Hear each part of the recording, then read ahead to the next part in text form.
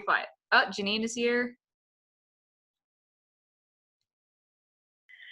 I'm here. All right. So as we prepare for our homeless conversation, November was Homeless Awareness Month. And our intention here in the Be Well community and at Burrell is to keep this conversation alive all year long. So what we're doing is talking with our very own homeless services team here at Burrell today, and beginning to elevate the amazing service that this team provides all year long, seeking tips, recommendations, tools, and resources as each of us as a Burrell team and as individual humans within this community might be able to put into action this holiday season and throughout the year. So to get us started today, we get to talk with Kelly, who is going to share with us who she is, what she does here at Burrell. And then we're going to enter into a conversation here about homelessness in our area. And we're also excited to, after we talk to Kelly, we get to talk to several of the homeless services team members. So welcome, Kelly. Thank you for joining us today in our conversation about homelessness. Thank you, Shelley. Kelly and I have had the opportunity of chatting for the past 30 minutes or so. And Kelly, I'd love for our Be Well community just to hear who you are, what you do here at Burrell, and to enter us into the conversation about homelessness today. All right. Again, I'm Kelly Komodi. I have the pleasure of working with the homeless services team at Burrell. They are a fantastic team of individuals with a lot of passion and a lot of dedication to serving this underserved population. My team consists of two parts. One is the grant side of things, and there are two outreach specialists on that side, and that is totally grant driven by DMH grant. And that team literally is feet on the street. They go into the woods, they go under the bridges, they sit down on the curb on the side of the street with folks. They are literally the first contact that these individuals might encounter, sometimes maybe ever. And then they help them get into a level of what we consider stable. They help them get an ID because most of the time they do not have one. They help them get an ID. They help them get set up with the very basic necessities, food, a way to get into like the cold weather shelters, that type of thing. And once they can get some level of trust and assess their needs, then they hopefully can get them set up with the other side of my team, which is the CPRC side of the group. And the CPRC team is much like all of the CPRC teams in Burrell, with the added education and knowledge of working specifically with those experiencing homelessness. Our unsheltered friends obviously bring another set of challenges and another set of needs with them. They're very difficult to build trust with a lot of times because people have not always been kind to them. They have no address, they have no phone numbers, they are not the typical clientele where you make an appointment and you go knock on their door. So it takes a unique team to provide services to this group. But that is the two sides of my team. It's the outreach and then hopefully the stabilizing factor into the more mainstream services. There's one thing I know, we have this team in place at Burrell, Kelly.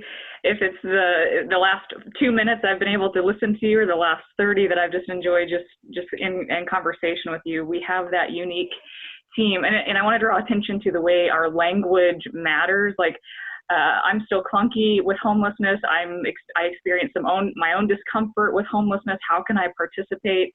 And then there's Kelly. How long have you been serving? I've been in the homeless services part of it for 6 years. So hearing you, this calm reference to our unsheltered friends, normalizing the barriers to access to care, barriers to just what we would assume to be just givens in many of our lives. So I don't know, I'm just inspired, I am moved, I am humbled by the services that I am learning from our own Burrell colleagues here today, Kelly. Thank you. My team gets all the credit. They, like I said, they are literally the feet on the street.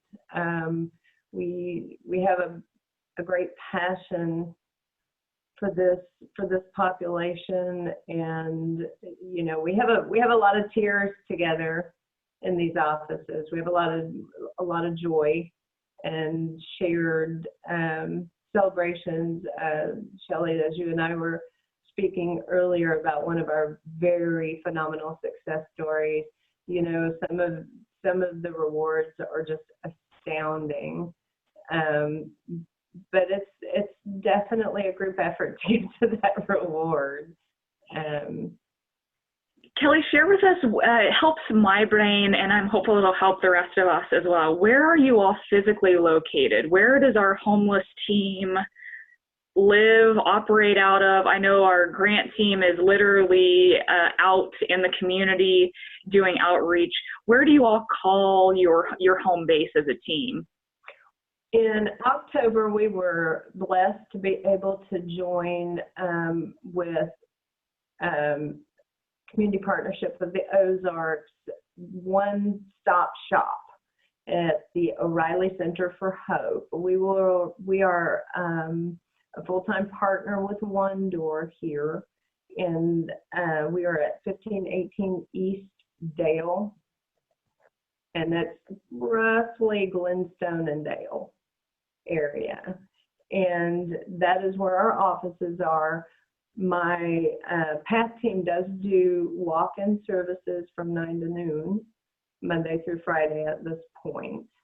So if somebody comes in and needs our services, they can actually come to us during those hours. And then on availability after that, but definitely they can make appointments to meet with us, and we get them hooked up with, we take them to the main center a lot. We take them to the rapid access unit. We've taken them to ACSU, you know, just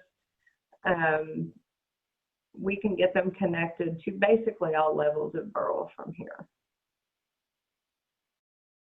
Just amazing. I had myself on mute, but that is just amazing. The partnership with CPO, the one-stop shop at the O'Reilly Center for Hope, you had mentioned earlier other connections. So as we are out in the community, or if we're on social media, I think we hear from several leading organizations supporting our unsheltered friends. Are there other teams that you and organizations that you all partner with, Kelly? Absolutely. We partner very closely with Veterans Coming Home, which is the day center, and it's also currently serving as the warming center for our folks during this cold weather, because they can't go to the cold weather shelters until 8 o'clock at night, or I think it's 9 o'clock at night actually. And so they are able to stay at the Veterans Coming Home Center now. Those folks have been very gracious and working incredibly hard to make a warm place available to these folks till 8 o'clock at night, which is phenomenal, so that they can stay warm until the cold weather shelters open. We work with those folks a lot. We work with One Door, obviously, very closely, since we now live in the same building, and we've worked with them, obviously, very closely for a while. The Connecting Grounds we work with on a daily basis. The Gathering Friends we work with consistently. I'm trying to think, because I know I'm going to leave people out here, but those are the ones that we work with like literally every day. Those are the ones that we had talked through earlier today. That is very helpful for my mind, those resources, just understanding who it is that is serving together. So I'm thankful to just understand how we as a Burrell team are partnering with these other organizations to serve our unsheltered friends. I really appreciate that language, just the way that we can adapt our language to be more inclusive, reducing stigma, and welcoming folks into supporting change with being unsheltered. So my last question, I know we're short on time here and we want to hear from the rest of your amazing team, Kelly. I actually have two final questions here. I asked you earlier, what's something that I can be doing, Kelly? I don't want to be the person that's only participating in serving our unsheltered friends during the holidays. And the reality is we are in the midst of the holiday season. What can I be doing to help right now? Oh, and that is such a huge question with so very many different answers. The very basic things that we all take for granted, understand the folks we deal with on a daily basis, they can't take anything for granted. You can't take for granted that these folks have eaten today or even in the last couple of days. Well, there are a lot of sites in town that provide food. Springfield is incredibly great about providing food for our homeless population. They really are. However, when you have no transportation, and especially when it's cold and if you manage to find a warm place to go and you've got to get up and try to get across town by noon to get that one opportunity for a meal, sometimes it just doesn't always happen. So ready packs with a source of protein and something simple. Pop-top cans are great with tuna or chicken or something of that nature. Something with some sugar because sometimes energy is an issue. Those kinds of things, just snack pack type things that we could possibly hand out to folks that hadn't eaten for a while. Gloves are always great at this time of year because once they get wet, these folks have no place to dry them, and then they're kind of useless. Once they're wet, they're almost useless. So gloves are an unending need. Those are the two things that pop to mind. Hot hands. Also incredibly important. We have lots of people that we know who've lost fingers and toes. So, I mean, those two things are the ones that really stand out to me. And that probably doesn't feel like a lot to you. I know I'm putting you on the spot with a lot of these questions, but I have to say, even me knowing, so like developing that relationship with you, Kelly, to say like, I'm nervous about this, I want to help, and I don't know what to do. I need help and guidance. So I'm just thankful that even though those two things might not seem very significant to you, Kelly, just sharing that with me of like, oh yeah, now I can take that and figure out what my family is able to do. And now I know Kelly, and Kelly is my team member, and I can reach out to Kelly to say, hey, we put together this many packs or gotten this many hot hands or this many gloves, and can I just give these to you, and then you can make sure they're put to good use. I appreciate that today. I feel very thankful for that. I have one more question here, and then I know Lexi is behind the scenes saying, Shelly, you're over time here. I have one last question for you, Kelly. Why is it that you do this work? Why is it that you serve with your entire soul and being? Why is it that you serve our unsheltered friends? Oh my gosh, that's a tough one to put in just a few words. I will honestly have to say, in the interest of brevity, I would honestly have to say there was a moment in my life that I just knew this was where I was meant to be. The very first client that I encountered who was homeless was the turning point for me. It was the day that I knew this is it. This is where my life has been leading me. This population, people see the shell. They don't see the person underneath the shell. And every single person we serve has a story. And they all started out just like me and you. They all started out just like me and you. You're a gift, my friend, a hero, an unsung hero, I'm going to say here today. I appreciate your time. And again, this is only the beginning of our conversation. We look forward to talking to the rest of the heroes on your team, as well as putting out the invitation and welcome for our colleagues and community members in all of our regions. Let's elevate the services, the reality of homelessness across all the regions that we serve. We're looking forward to and very intentional about elevating the realities of homelessness in ways that we can all participate in serving our unsheltered friends. Kelly, thank you. We're going to turn now and welcome in your amazing team into this conversation. Thank you, Shelley. And team, I don't know if you can see the questions coming in. So Mark is already asking, like, where can we be donating our items? So we would love to welcome in the rest of the team, again, acknowledging that we won't have enough time today together, and we would love to hear what have we missed? So that was a quick conversation with Kelly, and we would love to hear from the rest of you. All the while, if you might want to be offering recommendations, I know I asked a similar question to Kelly. Janine, you're at the top left of my screen, and then I've got Sarah, Laura, Mackenzie. I'm going to go across the top of the screen if you all don't mind. And then I'll drop down to Valerie and Linda. Hi, Janine. Hi. How are you? I'm good. How are you? I'm all right. Is there anything today that stands out from hearing Kelly, hearing the questions that I asked or that our team members are asking here, or commenting on in the chat that you want to?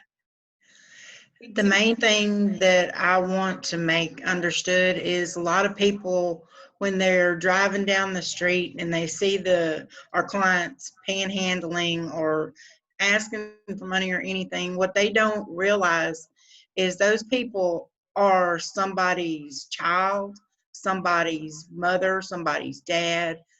They belong to other people in this world that have either overlooked them or can't help them. And this is a huge thing that pulls on my heart, because these people matter just as much as the rest of us do. And a lot of people don't see that.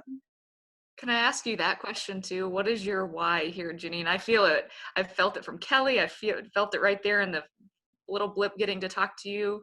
What calls you to this work?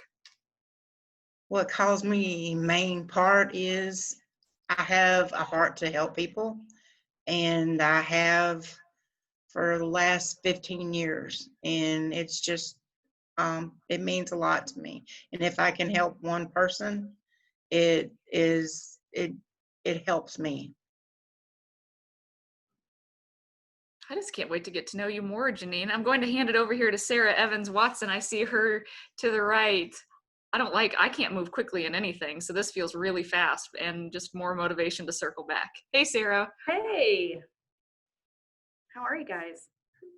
I'm inspired. How are you? I actually just took over this department, probably not this department, but I just, started directly supervising this team in June.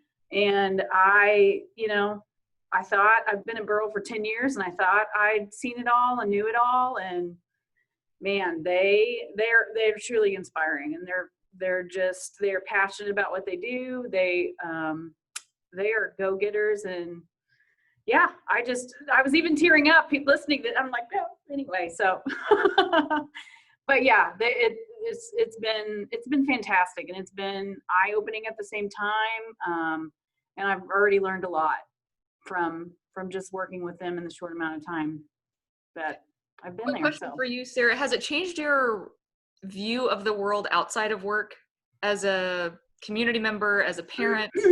I'm feeling that. I'm really feeling that this week. I'm just wondering if that's a similar feeling for others. Yes. So, I work with the residential care facilities as well. And so it's a very broad spectrum that I work with. And so I, have often people don't think of folks in the residential care facilities, and I often refer it's the forgotten population. And so I think the same is for our unsheltered folks as well. They, we remember them at Christmas or Thanksgiving or holidays, but there are other days throughout the year that people are still struggling. And so I think that that's kind of put some things in perspective that I've gone from one extreme to the other. And so just figuring all of that out, and absolutely it puts some things for sure. Hi, Laura.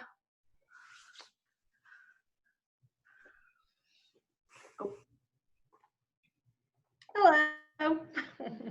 I can't wait to hear from you too. I won't even ask well, I can't guarantee that. I'd just love to hear from you about your role here, and what else would you like to add here today as we just plan ongoing conversations with this team.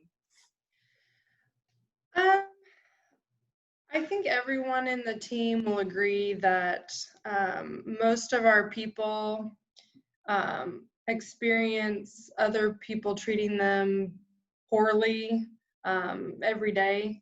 So that one huge part of our job is just showing them kind of the respect and the kindness that they don't usually get from society.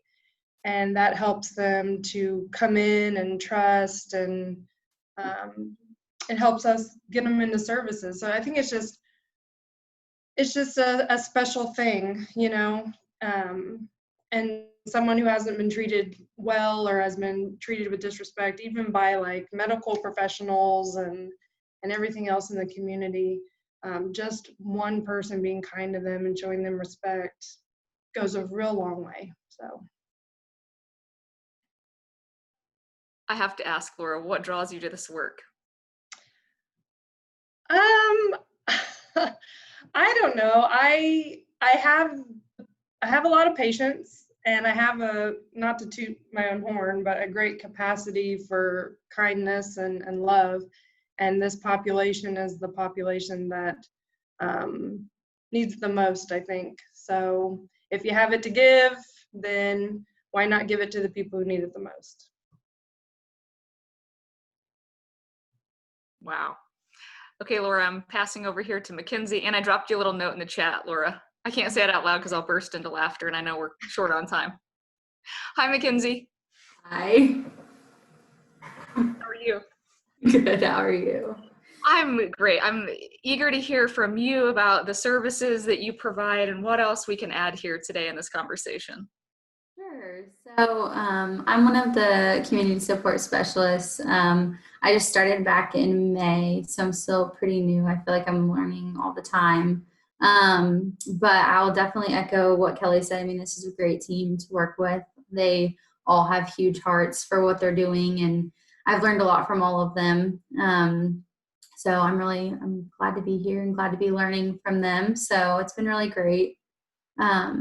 I think the biggest thing that I want to add to the conversation is kind of echoing a little bit of what Laura said, but in talking about this and preparing for this yesterday with the team, one of the biggest things is that we talked about like just a lot of community or even agencies, providers often talk about like they get resistance from our population. Like they don't want help, or they don't want this, or they don't want that, or they don't want services. And, I think it's really important to remember that they have been shut down a lot or turned away or put down. And Laura said it perfectly yesterday. A lot of it's fear. Fear of that, fear of embarrassment, fear of being shut down, fear of being who knows what. But I think it's really important to remember that if you are working with someone in this population, or even just talking with someone in this population, remembering that they may not always be receptive to what you're saying or what you're doing, but there's probably a reason behind that. And so just to keep trying, because I think that a lot of them want it, they just don't know how to trust yet. And so it's just that rapport building, and it takes especially a long time with our people. And so that's just something I wanted to echo and add. But I'm so thankful for that, Mackenzie. I went back to Kelly saying it requires a unique team and a unique human. Whew. All of you have that, and Mackenzie, that just came back to mind listening to you. Let's see, I've got Gina and then Valerie and then Linda. I know Sabrina is somewhere on here. Where do we want to go next? Hey, Gina. You definitely need to hear from Linda and Valerie. All right, Valerie, you are next, and then Linda right thereafter. Hi, Valerie. Hello. I've actually been with Burrell just about a couple months, so I'm the newbie. Oh, can you hear me? Okay. But so far since I started, I'm really enjoying it. Honestly, the reason why I really picked this field is I've actually been homeless myself years ago. So that's one thing that I can relate to some of the people that we work with in that sense. I really enjoy being able to connect with our clients, really get to know them, know what their needs are, their wants. Honestly, they teach us a lot of things as well, you know. It's not just a matter of us teaching them, you know, we work together. I really feel like body language is huge though. A lot of our folks that we work with, even their situations, a lot of it's situational. So being around them, making sure, you know, paying attention to the way that you're responding. Like for instance, we were kind of talking about some of our clients, you know, they're out in the weather. So with that being said, if you can imagine being out there, having the same shoes on, it's cold, it's wet. There's a lot of different things that they experience and it's completely out of their control. So being around them, being respectful and kind of understanding what barriers that they have is pretty huge. You know, it's out of their control if that's the only pair of shoes that they have, you know, and helping them find those resources and just being understanding and really listening and seeing, you know, where they're coming from. So, and like Mackenzie and several of the others were saying, sometimes from the outside looking in, you know, it might appear that they're just being hateful or pushing away or not wanting resources or wanting to do. But really getting to know your client and where they're coming from, maybe it is past experience, maybe it is trauma.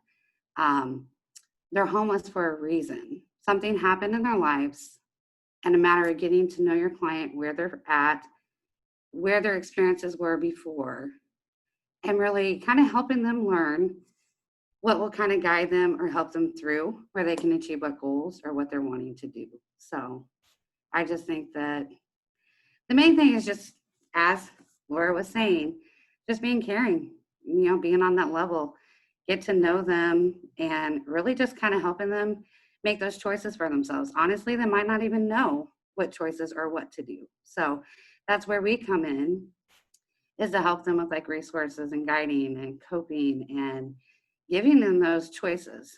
I mean, if you don't know what options are out there, how do you know what to choose? And especially if you have those barriers or having disabilities, other barriers that might be in place, you know. A lot of times, many of the folks that I've worked with, they honestly don't have that family support. You know, there's been different things that have happened in their lives along the way. And, you know, just them getting that connection. And maybe we're the only positive, you know, connection that they've had in a period of time. So really, no matter what's going on in your life, when we show up to work, we show up positive with a smile on our face. And that's huge. That smile showing up and just giving them that care and that, you know, that uninvited attention and letting them, you know, speak for themselves, make their own choices, and just being there to listen. That's huge. Valerie, I'm in awe of how easy you make this sound and yet how aware I am of what special gifts and what special humans it takes to truly model and show up and arrive every single day to do this. I can't wait to learn more about who you are, Valerie. Welcome to the Burrell family. We are better already because you are here. And a couple of things that you said there reminds me of, I am a huge fan of Randy Bacon, 7 Billion Ones, The Road I Call Home, Back to the Smile. There are a couple of things that stand out to me. There's a woman in that video that says, "You don't think this can happen to you? It can happen to you faster than a New York second," or something to that effect. I'm certain that I misquoted her. But just reminding of, we are all one catastrophe away from food insecurity, housing insecurity. So, I know. And Linda, I want to hear from you, Linda. Oh goodness, I'm so glad I can move now. I don't sit still very well. I heard that. Kelly kind of mentioned that. Yeah, no, this has been really hard to just sit here. So what do you want to know? Well, I know that I have to talk to you in this minute. I'm never going to get you to join a Be Well community again, because you have to sit still and not save lives. So please let us know what we've missed today, what takeaways you want us to walk away from this conversation with. Anything else? Well, so this is what I think, okay? Everybody has a story.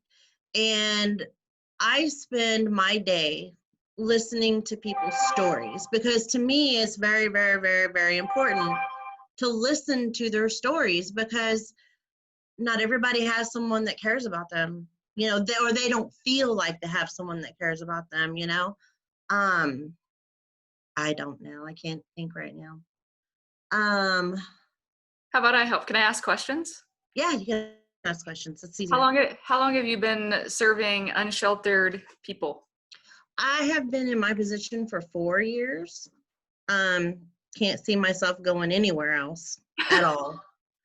I mean, what other job could I have where I get to go and just talk to people and walk in the woods and sit down on rocks and hang out with folks and try to help them? I mean, really, it's like the best job in the world. Honestly, I think so anyway. But it's the best team to do it. Wow. Yeah. Well, you know, and something that I think is really, really, really, really important, and I hear it all the time. Oh, look at those lazy bums. Look at them. What could they could be doing this. They could be doing. Do y'all realize how hard it is to be homeless? It's a lot of work. They're not lazy. They have to put in so much time and energy planning their day, figuring out where they're going to go for meals, what time they can get to the center to take a shower. It is very hard. It's complicated. And I have the utmost respect for them, because I couldn't do it. There's no way. I would not be able to sustain myself in the way that I have seen these folks take care of themselves out there. It's amazing. And they don't get enough credit at all for the lives that they're living and how they're managing themselves. I mean, and in the throes of having an illness or an addiction, they're still able to figure out, you know, ways to meet some of their needs on their own without help. I mean, it's amazing. It really is. Anything else? Yeah, so much more. And I know that our community, we must bring this conversation to life for our community too. So did I miss someone? I feel like there might have been one more team member. Did I miss anyone else? No, I'm seeing some head nods. Maybe we didn't. Just not enough time with everyone. Oh, I don't want this time to end. I would like to say one more thing. I make it my goal every single day to make sure that person in front of me knows that someone heard them and cared about them in that very moment, because that might be the only moment that they get that feeling. So, I mean, that is one of my biggest goals and one of my biggest things that I try to do every day with every single person that I come across. And I wish that other people would do that too. I love that, Linda. You want to know something else that I've learned through learning about your team and the services that you provide? how giving you are out of your own income and funds. I've heard things like how many pairs of gloves y'all go through because you end up giving them away. I've heard about the wear and tear on your own winter coats when you're out there in the woods serving our unsheltered friends. I've learned about coldness that happens and discomfort that happens in serving. And while I know each of you would minimize that in comparison to the humans that you serve every single day, just want to take a minute, and this is what has struck me of how can I be a better team member to our homeless services team? How can I support you all? One thing that I was so thankful to Kelly about was just saying, like, Kelly, if my family organizes some snack packs or my family organizes some cold weather gear, can I just provide that to you? And in some way you can get that to the O'Reilly Center. And look at you all. Sarah, Gina, team, you're all like shaking your head. So while I think we feel really pulled, all of us feel pulled, Mark, I saw that question here, we also have team members right down the hallway, right across the city from us. And I see Megan's going to help us plan our Central Region conversation, and I'd love for some help planning our Arkansas conversation. We have colleagues every single day that we can give to as well.